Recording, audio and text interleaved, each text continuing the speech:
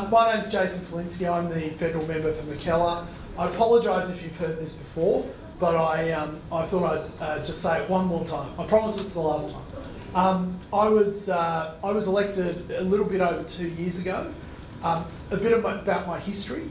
My mother's family moved into this area in 1946 or 1947. My father, as has been well documented, came to Australia after World War II as a refugee from Poland, and having been born in the USSR, I hasten to add. And I was born in Manly Hospital. I grew up in Belrose. I went to school at OLGC and then St Ignatius College, which is the same school that Tony Abbott went to. So the entire Northern Peninsula is represented by Jesuits, or people educated by Jesuits. So you know who to blame. And I went to university and did an agricultural economics degree. I have an MBA from the University of New South Wales, and I have a diploma or graduate diploma in applied finance and investment from the Securities Institute of Australia. I went to work for Cusco, which is Credit Union Services Corporation, and then after that I was the head of mergers and acquisitions and strategy and Insurance Australia Group, which is better known as NRMA here in Australia. I started my own business called Carewell Health. If you need a good deal on a rollator or a wheelchair or a hospital bed, come and see me later. I know some people who can help you out. And we made, and they still make, healthcare furniture and equipment, and mostly for nursing homes, which gives me some interesting perspective on the Royal Commission that has been announced and will start shortly. My wife and I have one daughter. We live in Collaroy, and I also got to serve on council between 2008 and 2012. And of course, back then there were 3 councils and I was on Warringah Council. That's really me in a nutshell. What's going on federally at the moment is pretty interesting, and I'm sure you'll all have questions. The 2 really big issues, I think, are at the general level of our economy and making sure that we have certainty around our economic activity, employment, etc. We obviously have issues in the local area about people who are concerned about climate change and the environment more generally. And of course, transport is a very big issue in our local area. And I was talking to Peter earlier about what some of the solutions are, and what some of the very expensive solutions are. So we're working through all those things at the moment, and that's part of the general conversation that goes on in our local community. This really tonight is about you, and I want to give you as much time as possible to ask me questions, and indeed some people undoubtedly will have comments that they would like to make, and I appreciate any comments that you have. But if we can sort of keep them to half an hour, that would be great. No, 5 minutes would be good. So please feel free to ask a question or any comments. Thank you, Matt. Oh, by the way, this is Deb from my team. She's got a microphone, so please feel free to put your hand up and we'll get a microphone round to you. Okay, I'll kick off. Very inane question. I know nothing about you. I just moved to the area. When you said you were in the council, I said, yes, I think I vaguely remember. Sorry, when I was in the what? Council. Oh, council, yes, sorry. Yep. So, what was your trajectory from being educated with the Jesuits? Why did you go to federal parliament? Why did I go? What motivates you? Oh, what motivates? That's a great question, and thank you for asking it. Probably, I really do love my country. Ever since I can remember, I've been an economics nerd. I really love economics. And I won't start on that because I won't finish.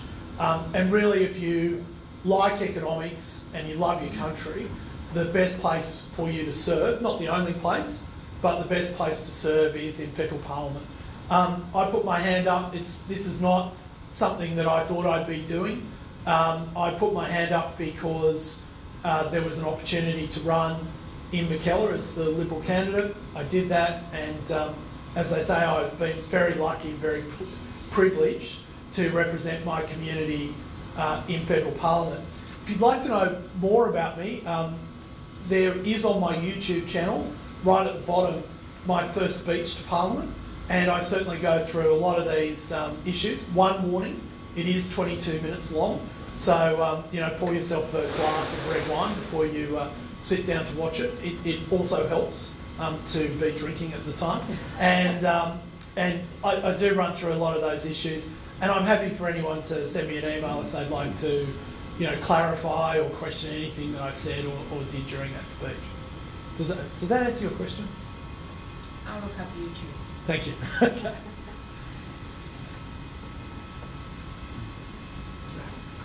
Well, I'm just wondering whether it's... Oh, hang on.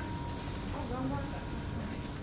I'm just wondering what you think about the economics of addressing climate change or not addressing climate change. Well, so there was a very famous report done by a UK economist called Stern, whose first name I've forgotten, and he highlights what he believed to be the economic costs of not addressing climate change globally.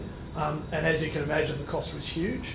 A 2-degree rise in global temperatures will not obviously, but could potentially lead to the displacement of 150 million people globally, because people who live in low-lying river delta areas, such as places like Shanghai. So getting climate change under control in economic terms is very important. I think in terms of energy production and transport, so when you look at where the greatest sources of greenhouse gases come from, it's sort of a third is energy production, a third is transport, and a third is agricultural, basically food production. And the two areas where technology is essentially lending us to our greatest solutions in terms of bringing greenhouse gases down are in the energy sector and also in the transport sector. And we're probably on the leading edge of that. In energy, of course, it's renewables, but in the next 10 to 25 years, it will be a combination of both current technology that we have, and particularly gas, combined with renewable energy, until we end up with better technology around battery storage. And the second one, of course, is electric cars and electric vehicles. And of course, Tesla is at the forefront of that. They've made a whole bunch of announcements around heavy transport as well. And I guess the third thing, which I've left out, of course, in the transport sector, is Google has a figure which is that we have 40% more cars than we need, and we have 30%, and we don't use our roads. We're 30% inefficient in the use of our roads. And if we could coordinate those two things better, then you could literally reduce the number of trips and the number of exhausts and the amount of energy you use in transport immensely. And where Uber and a whole bunch of algorithms are coming in that make a lot of sense is that maybe in 20 years, that soon, people who generally own cars, like myself, we won't own cars. We will simply subscribe to a car pool. And so we'll be able to order our car to come and pick us up and take us to work or take us wherever we need to go.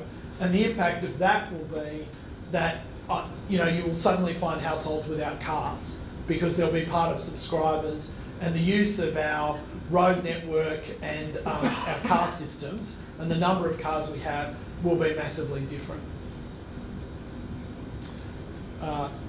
Sorry, now all of a sudden everyone's got a question.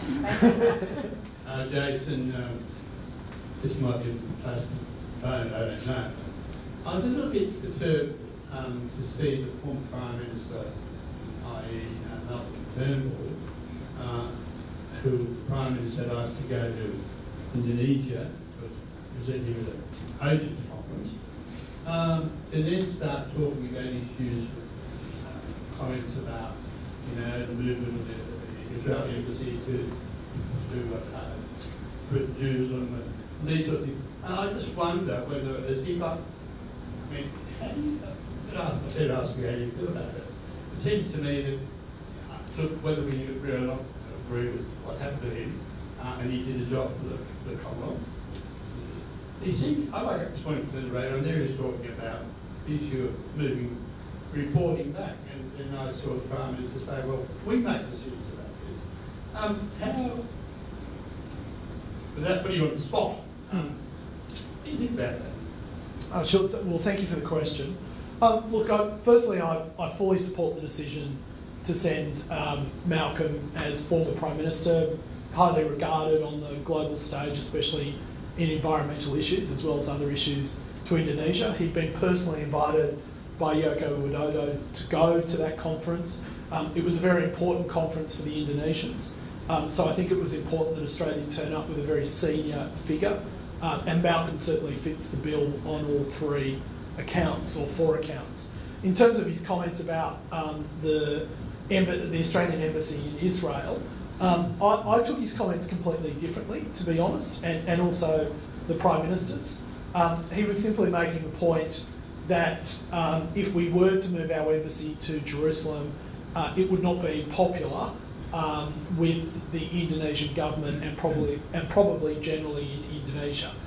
To be blunt with you, I don't think that was news to anyone in Australia, and if it was, you know, you've clearly been in an isolation tank or not interested in this particular issue.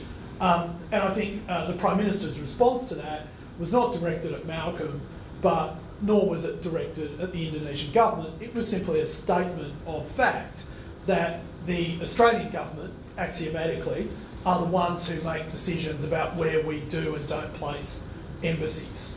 So it's a really good story, and it has a lot of people seemingly in conflict, when in fact no one's in conflict. All the Prime Minister has announced is that obviously the State of Israel believes or considers